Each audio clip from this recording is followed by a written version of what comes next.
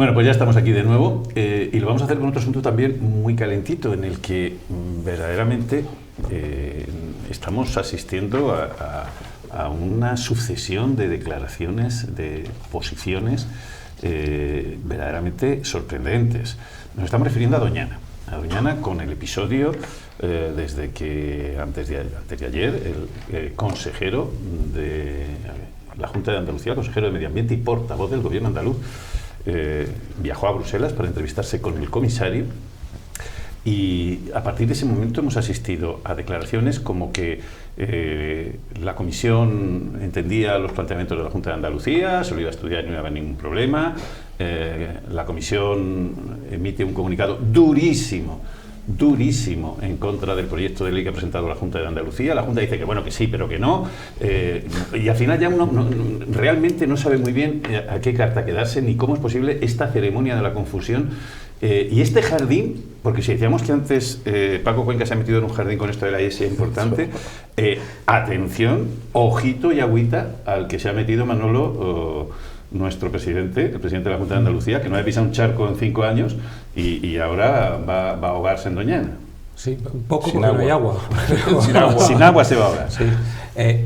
Bueno, ahí a mí me llama mucho la atención muchas cosas. La primera, bueno, yo creo que evidentemente al final el gobierno de Andalucía va a emprender, yo creo que ya ha emprendido la retirada con este tema, está intentando que sea ordenada para sufrir las menores bajas posibles, pero se está retirando porque el daño iba a ser tremendo, y no el daño medioambiental, que desde luego ellos hubieran hecho, sino el daño además que iban a sufrir político y económico, ¿no? Y imagino que cuando han empezado a peligrar fondos europeos y demás, pues se han puesto firmes, ¿no?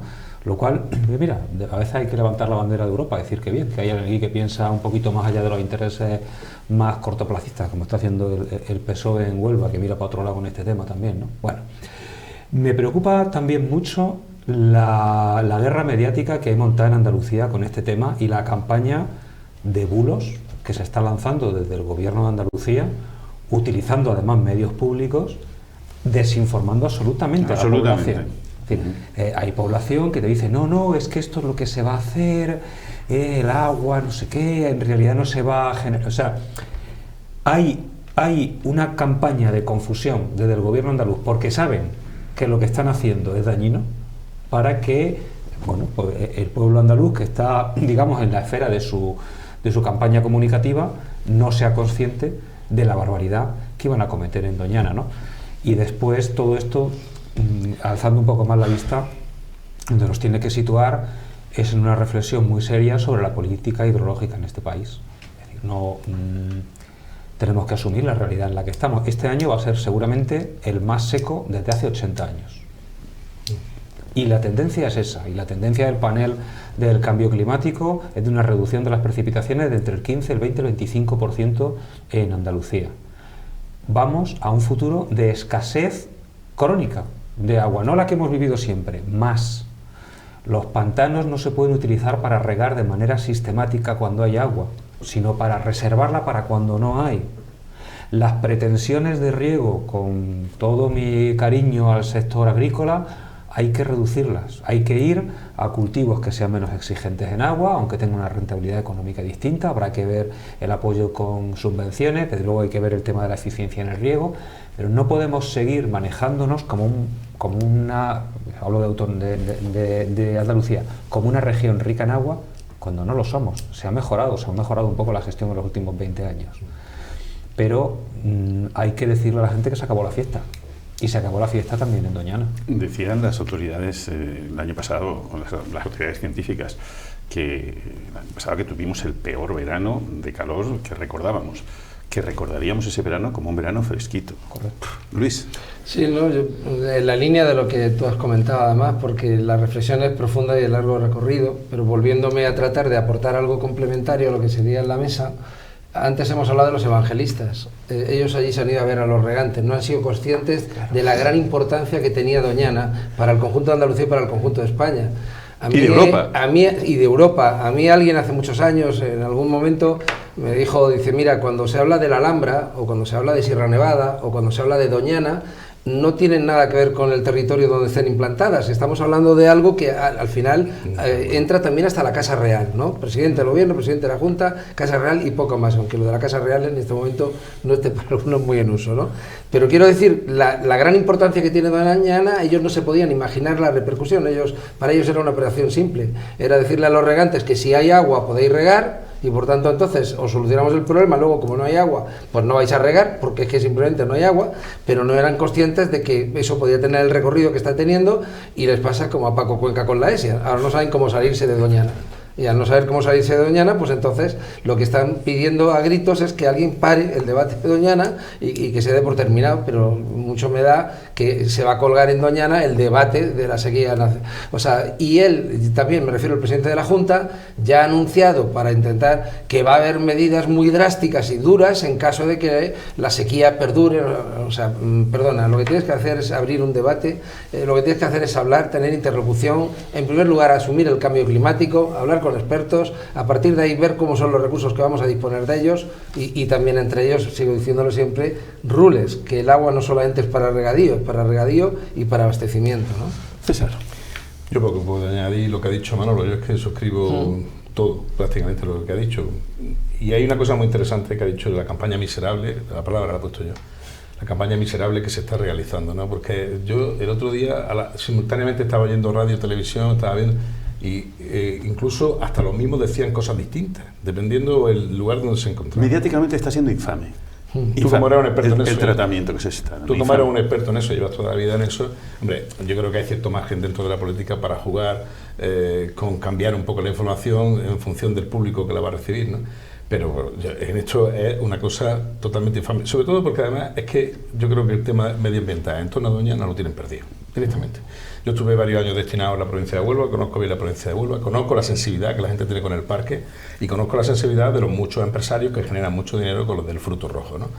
Y eso pues habrá que solucionarlo, pero no a costa de Doñana, y no habrá que solucionarlo a costa de que no seamos eficientes. El otro día oía, no sé, en algún programa de televisión o de radio, un señor que con una clarividencia meridiana dijo, mire, vamos a ver, esto tendrá que tener una solución conjunta. Lo que no puede ser es que, como decía Alfonso Guerra, se esté tirando el agua en el norte o se esté tirando el agua en el Ebro y sin embargo un poco kilómetros más abajo es que no tengamos agua para beber. Hemos hecho carreteras, hemos hecho aves, hemos hecho tal, y no podemos traer una tubería. Es una entelequia. Ahí no estoy de acuerdo. Es una entelequia, pero bueno, el Estado de la Autonomía ha traído muchas cosas buenas. Es una entelequia en el sentido de que no sirve para darle solución. Sí, pero ha traído muchas cosas buenas el Estado de Autonomía y otras no lo ha traído. Cuando se hace el trabajo de Tajo Segura, que yo no lo conozco en profundidad el tema, más que como lo podéis conocer vosotros, pues significó, bueno, algo que era bueno, parece ser que para el conjunto del Estado, sin perjuicio de otra serie de matices.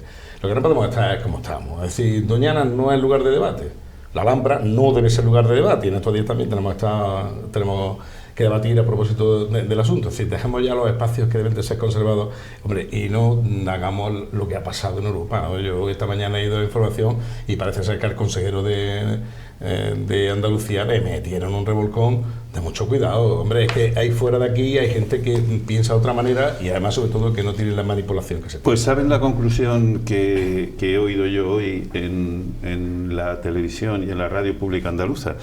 Que el revolcón se lo dieron al gobierno. Que el comisario a quien reconvino fue al gobierno por incumplir las sentencias del Tribunal Superior de Justicia de la Unión Europea, que es verdad también, que es verdad, pero nada de que ese proyecto, que está escrito, es que es un comunicado escrito por la Unión Europea, es que el grado de manipulación informativa, la campaña de desinformación es tan brutal que yo me imagino gente, bueno, que no tiene por qué acceder como podemos nosotros a 3, 4, 5 medios de comunicación, está consumiendo una serie de noticias que son absolutamente, que crean una realidad paralela. Nos están mintiendo con nuestro dividen a la población. Una realidad paralela. No, sobre todo porque por una parte tienes que luchar con las fake news, pero lo peor es que tienes que luchar contra una información que supuestamente le das el grado de veracidad máxima y que ya directamente te está engañando. Pero vamos a ver, te está que manipulando. El presidente de la Junta, el mismo presidente de la Junta, le contestó a una periodista, le interpeló a una periodista diciendo si había leído los 25 folios del proyecto y que le dijera qué ponía en el artículo 5. El proyecto no tiene 25 folios y no tiene artículo 5.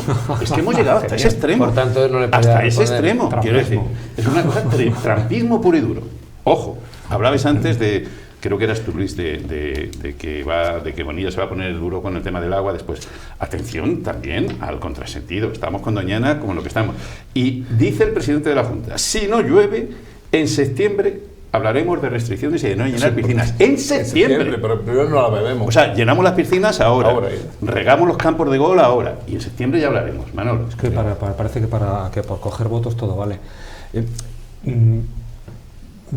Yo estaba pensando en que el problema de Doñana viene de bastante más atrás que esto. El problema de Doñana viene de décadas, lo sabemos todos, de consentir riegos ilegales y de haberse generado una cultura en la que puede haber una norma, pero la norma está ahí en el papel, no la cumple nadie porque la administración mira para otro lado, porque consentir esos regadíos ilegales pues daba votos. Pasa igual que con la... Perdonadme que haga una comparación, que me salte un poco de tema, pero es que me parece que es relevante. Las viviendas sociales que se compran y se venden, aunque sean de la Junta de Andalucía, pero los usuarios las compran y las venden, han cambiado de dueño 7 o 8 veces. Tú lo sabes. Y, hombre, que sí lo sé. Y la administración mira para otro lado porque esas familias están tan contentas y eso da voto. Una ley que se cambió a última hora en la anterior legislatura fue precisamente arreglar los problemas de todas las viviendas ilegales. No, pero no lo está hablando en el sentido del parque de viviendas. Pero es que era el tercer caso que iba a citar. Edificaciones ilegales en terrenos naturales que no se puede, vertientes, bordes de pantanos, vegas, pero claro, al que tirar una casa no da votos, pero esa familia ya es enemiga para siempre, para toda la vida. Claro. ¿Vale? Entonces miramos también para otro lado. Entonces, en algún momento la administración tendrá que plantearse cumplir su propia normativa y hacer cumplir las normas. Porque claro, cuando tú a una familia, a un regante, le has dejado durante 30 años sacar agua y regar su tierra, ahora dile que no puede. Ahora dile que no puede. ¿Con qué autoridad? Hay que hacerlo, ¿eh? ¿Con qué autoridad? Pero sobre todo, bueno, claro, aquí también tiene muchísima responsabilidad el Partido Socialista, muchísima, que ha consentido durante décadas ese caos, ¿eh? Pero oía yo a un articulista decir una cosa muy sensata. Es que en este país lo que no podemos ir por sistema es a que la solución de todo es legalizar lo ilegal. Es que es a lo que me refería antes con el ejemplo que le estaba sacando. El Partido Popular ha entendido, en primer lugar, regantes, por tanto hablas de, al final, de actividad económica, porque lo que riegan es para tener un producto, para tal, creación de algunos puestos de trabajo, etcétera, etcétera. Al final, esas viviendas, como tú dices, tirarle la vivienda, pues ya esa familia es enemiga tuya para toda la vida. Si haces lo contrario, pues ya también te la deben para toda la vida. Y al final el problema es cuando vas haciendo cosas para ir o sea, entiendes que esto es una elección permanente y tienes un segmento electoral al que tú tienes que ganarte para ti, ¿no? Hemos hablado, por ejemplo, de que los grandes partidos tendrían que llegar a acuerdos concretos en los temas de Estado. Hemos hablado de que es necesario un pacto energético, hace falta un pacto del agua, porque precisamente nadie tiene que asumir el coste de legislar o de hacer que se aplique una legislación que exista ante una situación excepcional que se va a dar, y tiene que ser una cosa compartida, porque pueden cambiar los gobiernos, pero no tiene que cambiar la política hidráulica, o sea, sobre el agua que haya, ¿no? Entonces, hay debates que no se pueden aplazar, y por eso cuando hay gente que niega el cambio climático, que te niegan la Agenda 2030, que niegan los cuantos tal, y el Partido Popular, aunque no lo hace, pero se pone de lado para que su socio en este caso no se moleste mucho, pues entonces tenemos un problema. Yo es que lo que ha dicho Agustín es verdaderamente importantísimo, porque además se añade a lo que ha dicho Manolo. Además es que cunde el desánimo entre la función pública. Claro. Yo conozco casos muy cercanos. Primero por arriba, yo he visto el caso de algún delegado / delegada tener que cesarlo porque ha llegado un grupo de presión de agricultores que han dicho se lo va a quitar, y lo han quitado. Y he visto funcionarios en temas que están todavía vivos, muy potentes, de construcciones en cauces de ríos, de realización de obras ilegales, de captación de agua y tal. Y bueno, y cuando los funcionarios se emplean a fondo y que está ya todo el tema resuelto, llega el correspondiente delegado de turno, pum, y cambia por un simple papel, cambia el sentido de lo que se está resolviendo, y al final hay un marasmo que lleva a pedir la indemnización a la propia administración pública. Así que el tema es bastante complejo, sobre todo porque es que hay una permisividad respecto del no cumplimiento de la norma verdaderamente apoteósico. Es decir, aquí se diga que construye ilegal, bueno, pues que construye ilegal, que vamos a tirar la casa, no, ahora la dejamos, claro, el tiempo para consolidando las circunstancias. Y eso que ha hecho Manuel verdaderamente es importantísimo. Algún día tiene que establecerse aquí la cultura del cumplimiento. Y por otra parte, lo que ha dicho Agustín, que además no lo habéis mandado, hombre, que el presidente de la Junta de Andalucía venga ahora a decir que en septiembre, ¿qué pasa? Que no vamos a ver el agua primeramente ahora, la vamos a gastar. No, yo creo que es que van a los nichos de producción, a los sectores económicos, ¿no? Ahora están los agricultores, ahora toca el turismo, sobre todo en la parte de Málaga, Sevilla y tal, donde toque, mañana tocará no sé qué, entonces va resolviendo a pegotes, por tramos. Ese es el primer problema grave que ha tenido el presidente de la Junta de Andalucía, ¿eh? Desde los últimos 4 años llegó aquí con sus zapatos perfectamente, no se ha despeinado y ahora va a tener que empezar a despeinarse con el tema de Doñana y con los temas que van a venir, porque el tema del agua va a ser nada comparado con el tema de otras cosas que va a pasar.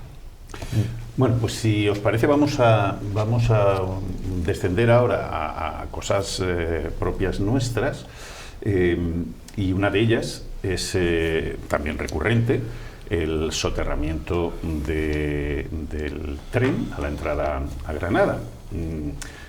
Nos preguntábamos hace algunas semanas qué opinaba la entonces consejera / candidata de este asunto, y bueno, ya lo hemos sabido. O sea, ella ha dicho que va a soterrar indiscutiblemente el tren a la entrada a Granada, lo dijo antes de ayer, y ayer presentó un proyecto muy bonito, o sea, un tema de realidad virtual muy chulo de cómo quedaría eso, con una pequeña falla, y es que no ha dicho cómo se va a financiar, pero sobre todo tampoco cuál ha sido su papel en este tiempo anterior al frente de la Consejería de Obras Públicas, donde sí había una responsabilidad importante si este tema se hubiera querido poner en marcha. Manolo.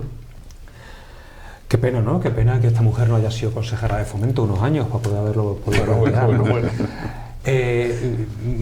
Yo creo que la ciudadanía, no sé, yo creo que vamos madurando políticamente y estas cosas empiezan a pasar factura, ¿no? Ya está habiendo ocurrencias. Una persona no puede presentarse en una campaña electoral con ocurrencias, y mucho menos cuando se viene de una responsabilidad de haber estado al frente de una consejería como la de Fomento. ¿Qué es lo que necesitamos en Granada de una vez ya por todas para resolver el tema del soterramiento de la estación? Un estudio con una serie de alternativas y un análisis coste-beneficio de cada uno, lo que se hace cuando se va a hacer cualquier obra pública seria. Mire usted, esto hay 5 maneras de resolverlo, la A, la B, la C, la D y la E, que tiene este dibujito, que el dibujito está muy bien para la prensa, pero hay que presentar alguna cosa más, ¿no? Con estas soluciones técnicas, con este coste en la inversión, con este coste de mantenimiento, con este coste de operación, con este impacto en la ciudad, con esta liberación de suelo, con estos efectos colaterales, con estos costes ambientales. Eso se llama planificación estratégica y sobre políticas públicas. Seria. Pero para eso... Y que la ciudadanía pueda coger y decir, bueno, pues mira, a mí esta me parece muy bonita, pero me estoy dando cuenta de que es un disparate, y la que es razonable es esta otra, y además me libera este espacio para la ciudad. Una cosa seria, pero que se ha hecho en otras ocasiones, que se hizo para el metro. Yo me estudié con mucha profundidad antes de todo, cuando se hizo el estudio del metro, y había 3 o 4 alternativas, cada una con su análisis, un expediente brutal, que yo me pasé una semana encerrado en urbanismo. Las cosas se pueden hacer bien, las hemos hecho bien. Esto es una tomadura de pelo. O sea, una señora se planteó un dibujo a lo granadino. ¿Un dibujo? Por Dios. Yo ahí he visto, he leído también la noticia con la nota que ellos han dado, y en primer lugar, quiere ejercer de alcaldesa cuando todavía no lo es. Quiere meter mucha prisa ahora a todas las políticas públicas porque todas se van a solucionar inmediatamente, va a arrancar, o sea, y luego cuando lees la letra pequeña dices, pero bueno, ¿tú qué aportas? Porque como has dicho, no ha dicho nada de financiación, no ha dicho la parte que le correspondería al ayuntamiento si ella es alcaldesa, no ha dicho si pide la colaboración de la Junta de Andalucía y qué parte también le correspondería, sino directamente que me voy a reunir con la ministra o el ministro de no sé cuánto tal para pedirle que esto se haga inmediatamente. Todo el mundo sabe que eso no funciona así. En primer lugar, porque uno de los grandes problemas que ha tenido el soterramiento de Granada, en primer lugar, el primero de todos fue, y yo estuve presente ese día en la delegación del gobierno de la Junta de Andalucía, cuando vinieron a presentar la estación de Moneo maravillosa y la integración, y venían en un maletín, o sea, todas las copias para firmar el convenio entre el Ayuntamiento de Granada, o sea, y el gobierno de España. Estación la tiró el alcalde todo de resultado Granada, dijo que de ninguna manera iba a permitir. En ese momento se hubiera firmado ese convenio, como se habían hecho convenios entonces en otra serie de estaciones de España, que todas están terminadas, hubiera sido una integración soterrada, una estación maravillosa y no hubiéramos tenido ningún problema. Ahora, sin embargo, te viene la urgencia de tenemos que hacerlo. Yo dije una cosa sobre el tema del soterramiento, que en primer lugar había que hacer, como tú has dicho, planificación estratégica, ciclo de políticas públicas y buscar entre las distintas opciones para convencernos de cuál es la mejor. Pero yo también pedía en ese momento, y no era por qué gobierno, de qué signo era, que el gobierno de España podía sufragar la inversión del soterramiento completo, entre otras cosas porque el Ayuntamiento de Granada no tiene la parte que le toca poner, o sea, del soterramiento, igual que había hecho en 5, 6, 7 ciudades españolas, donde lo había corrido todo de su cuenta, y en Granada teníamos un argumento de peso. Es el déficit de infraestructuras, los engaños permanentes y el retraso que hemos tenido con la A7, con el AVE, con todo lo que estamos teniendo. Y por tanto sí podía ser una provincia que hubiese compensado por parte del gobierno de España el que nos quitase el marrón de hacer un soterramiento y una integración, pero que corriera el coste como ha corrido en 5, 6, 7 ciudades. Bueno, pues como en ese momento lo dije yo, pues me saltaron los demás portavoces a decir que eso de ninguna manera, porque eso, perdona, pero si hay ejemplos de ciudades donde lo ha hecho el gobierno y lo ha hecho por esto precisamente tal. Y ahora, si tú lo afrontas como Ayuntamiento de Granada, lo primero que tienes que ver es si tú tienes tu parte para ponerla o no, y el Ayuntamiento de Granada no tiene la parte porque el soterramiento puede andar entre los 400 y pico, 500 millones, o sea, de euros, de los cuales al Ayuntamiento, que tiene un déficit importante, le toca una cantidad de millones que en absoluto tiene. Por tanto, primero tienes que ganar. Lo que no es normal también es que el gobierno se comprometiera a hacer el estudio de integración del AVE y haberlo entregado ya hace tiempo y no está ese estudio de integración, porque ahí es donde debían de existir ya alguna serie de alternativas. Pero esto me parece oportunista de cara a lo que es la campaña, o simplemente pues para pillar otro poco votos en la chana, ¿no? Pero matizo, va más lejos. Primero, la estación de Moneo, el día que el señor Torre Hurtado se la carga, porque es que se la carga, yo estaba allí. Y la pregunta que empezó a hablar fue decir, bueno, le dijo al señor Moneo, ¿y tú qué haces aquí? ¿Qué haces aquí? ¿A quién te ha invitado? Y a partir de correctamente. Entre la cohorte de acompañantes iba la señora Garazo, que estaba de concejala. Por lo cual, que no nos venda la mutua. Segunda cuestión. ¿Alguien ha reparado que la última de la lista que cierra el PP es la consejera de Fomento? ¿Qué piensa la consejera de Fomento? ¿Que está bien? ¿Cuánto va a poner la Junta? ¿O qué pasa? Venimos a reclamar que pague el gobierno. Por lo tanto, eso es una declaración. Si no es electoralista, hay que cogerle la palabra y decirle, venga, la señora, la número 27, que está aquí para dar fuerza y apoyo, que diga que lo que pasa es que se lo pelee con el presidente de la Junta de Andalucía. Y finalmente, a todo lo que ha señalado Luis, es correcto, por lo menos como lo recuerdo, pero yo recuerdo en el año 2006 que el presidente de la Comisión de Infraestructura del Congreso era Javier Torre Vela. Y tú estabas entonces, estaba en esa. Y entonces yo recuerdo que la batalla de Javier Torre Vela era traerse el soterramiento de la Chana. Está hablando de 2006, que parece que no, pero es que hay que ser ya 17 o casi 20 años. Ese era el tema, era traérselo. Y cuando prácticamente aquello estaba cerrado, aparte de que pasó lo del señor Moneo, pasaron más cosas, nos acordamos de aquellas famosas 38.000 unidades de aprovechamiento que eran del paso que eran realmente era terreno afecto a Renfe y que el ayuntamiento la había habilitado. El señor concejal en ese momento de urbanismo tuvo bastante que aplicar con aquello y aquello se tapó, se perdieron las 38.000 de aprovechamiento. Siempre de la estación en otro lugar, claro, con otro planeamiento urbanístico, con otro rendimiento. Que venían también anteriormente, que lo que quería eran desplazar la estación y poner en carga todo el suelo de la estación. Por tanto, lo del señor Carazo, yo creo que no se lo cree ni ella. En serio.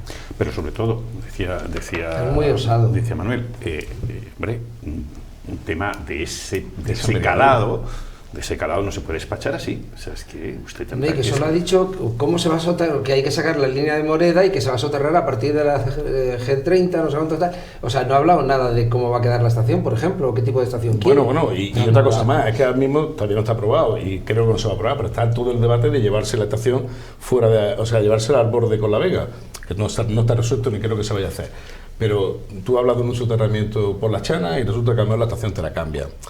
Este equipo no habló del mantenerse en la estación donde está. Sí. Esa batalla habrá que darla, ¿no? Porque la estación tiene que mantenerse donde está. Yo creo que eso ya... Eso yo creo que políticamente está resuelto. Hubo, si recordáis, que lo recordáis todos, que además fue hace unos meses con el tema de que el avance del plan general, el proyecto del plan general, estaba contemplando eso y la ciudad yo creo que respondió de una manera tan rotunda que eso se le ha dado carpetazo definitivamente. Me da la sensación. Cuando se presente. Me da la sensación. Bueno, pues ya que estamos con temas de movilidad, porque la noticia sí es positiva, pero además tenemos que recordar de dónde venimos. El metro ha superado el número de usuarios prepandemia. ahora que estamos hablando de la línea 2, etcétera, etcétera, bueno, un metro al que se le auguraba un futuro que iba a cerrar, muy oscuro. Recordamos al presidente del Partido Popular decir que no iba a funcionar, Manuel. Literalmente, bueno, viví eso esos debates los viví en primera persona, porque había verdadera oposición y casi obstruccionismo a que las obras del metro se sacaran adelante. Para mí la noticia no es solamente que se haya mejorado el dato de pasajeros prepandemia, sino que se ha superado el dato de pasajeros, de usuarios que hacían viable económicamente, según las mejores estimaciones, el metro de Granada, que era en torno a los 10-11 millones de pasajeros, y ya con las cifras que han salido este trimestre, pues podemos irnos perfectamente a por encima de los 12 millones al final del año. ¿Eso qué significa? Eso significa que es tan eficaz y tan eficiente que lo que hay que hacer es seguir avanzando. El otro día había una demanda de más vagones, por supuesto. Está diseñado el sistema, las estaciones, las paradas están diseñadas para que haya otro cuerpo más, otro coche más.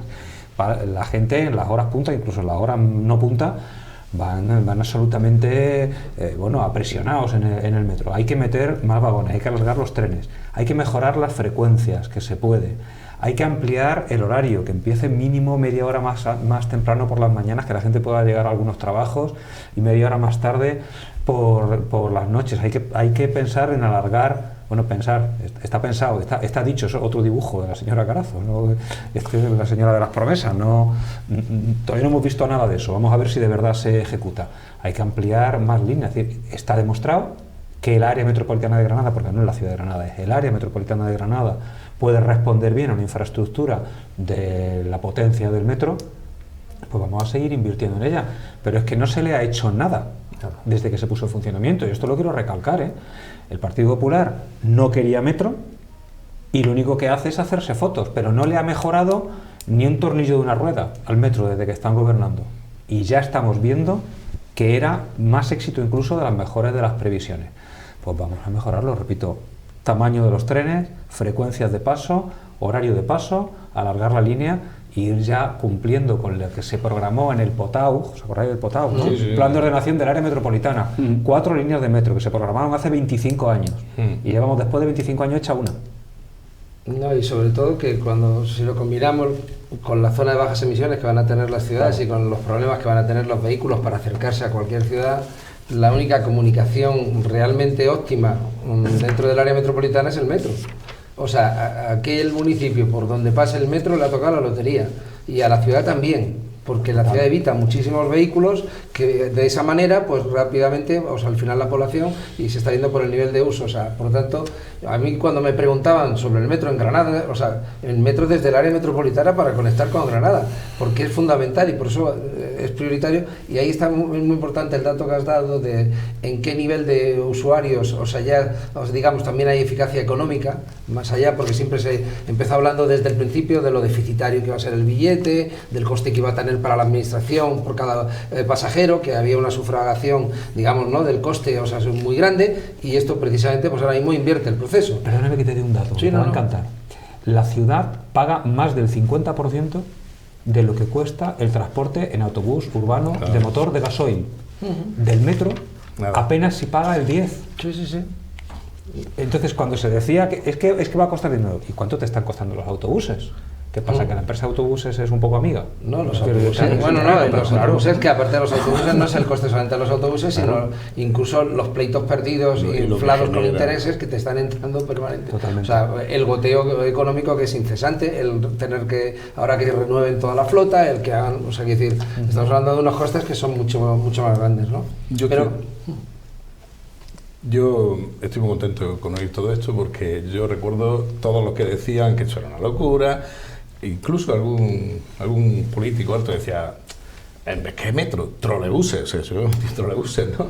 Y después el metro se ha revelado, pues precisamente, pues como eficaz, barato, ecológico, magnífico. Yo hacía tiempo que no había cogido el metro, pero el otro día por una circunstancia... Y más fácil de ajustar la frecuencia. Sí. El otro día por una circunstancia tuve que coger el metro desde La Caleta, que salí, y ir a otra parte, concretamente al PTS. Y que fueron 7 minutos, 8 minutos, con una comodidad verdaderamente pasmosa.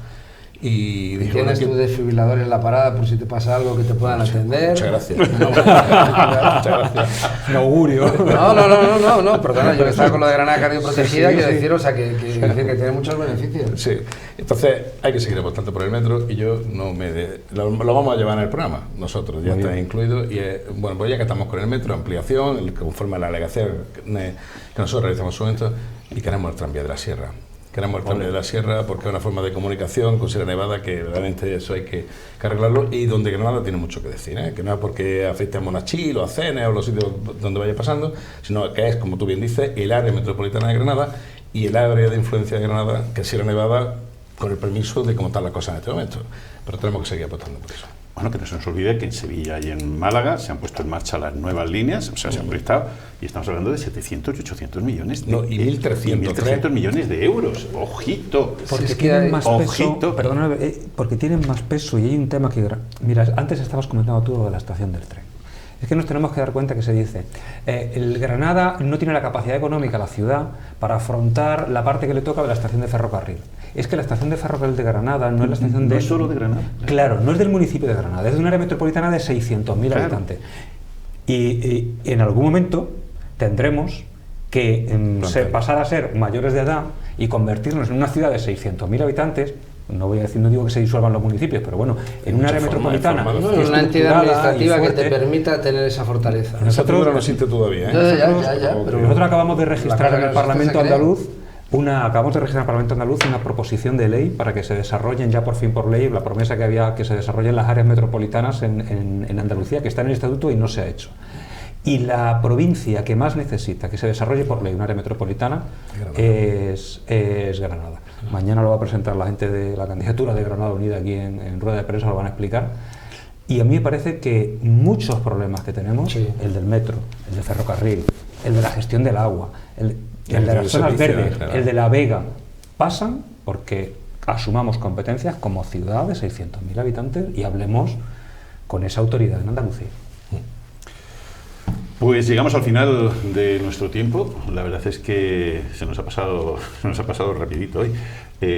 Ahora vamos a echarle un vistazo a la solidaridad. Nuestra entrevista de hoy va precisamente de ese asunto, y para ello hemos invitado a la presidenta de la agrupación de voluntarios de Vicente Ferrer, que realizan una tarea espectacular y queremos que la conozcan un poco más. Hasta ahora mismo.